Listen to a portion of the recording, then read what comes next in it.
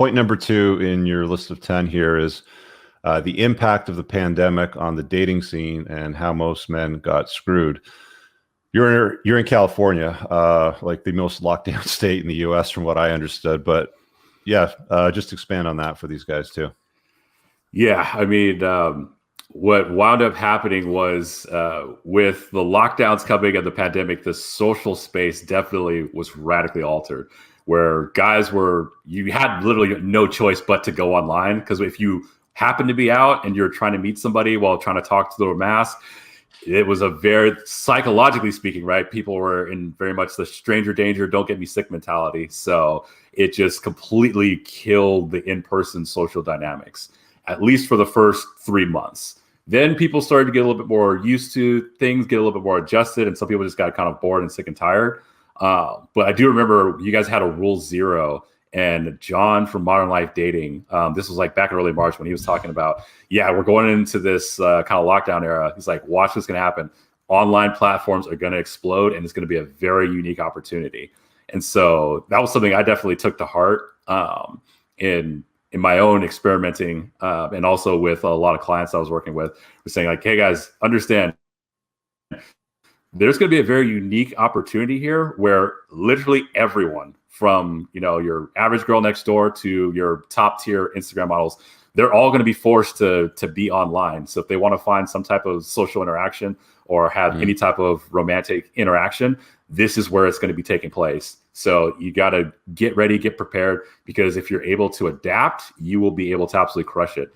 But if you aren't able to adapt, you're going to be in for a very, very, very long celibate time, because everyone's been forced into this one funnel. And the thing about the online dating space is that it's definitely heavily, heavily skewed in the girl's favor. And I wrote an article about this a while ago about how by design, a lot of apps and dating sites will psychologically blue pill you because of the way that they're set up and structured.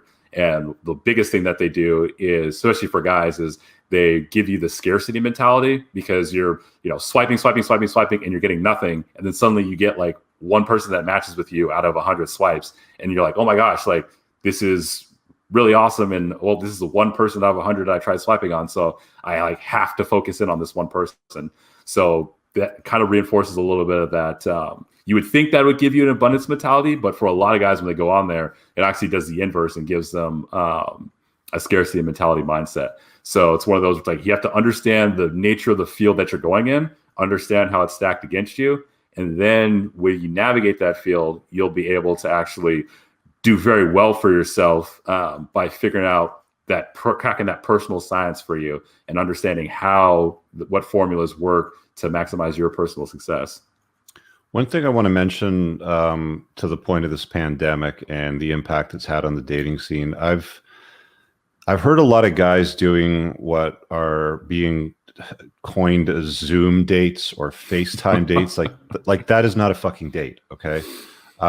If you can't get her to meet you somewhere, like grab a coffee and go for a stroll, or come over to your place, or to get together face to face, you're failing. You're really sucking at this game. Do not settle for a hour-and-a-half long FaceTime date. We have this radio show here in Toronto, and they have this segment called Ghosting. And I hear it every once in a while when I'm doing some driving in the morning hours. But there's always some story of some chick that's like, I don't know what happened. We had a great first date, and they're like, well, what'd you do? Well, I was walking around the block and I was showing him around on FaceTime and, the neighborhood and all this sort of, and I don't understand why he ghosted me, sort of. It's like, hi, hello. The whole point of a date is face-to-face interaction. Do not fall for any of this like beta-tized, feminized notions that you should just like hide in your holes, in your purge holes with your masks on and your bubble suits on and date. That's not dating. Get face-to-face. If you're too much of a chicken to do that, then don't date. Forget about these FaceTime dates. You're wasting your time. I would say if you're a red pill, Zoom dates should be against your religion and vehemently against it.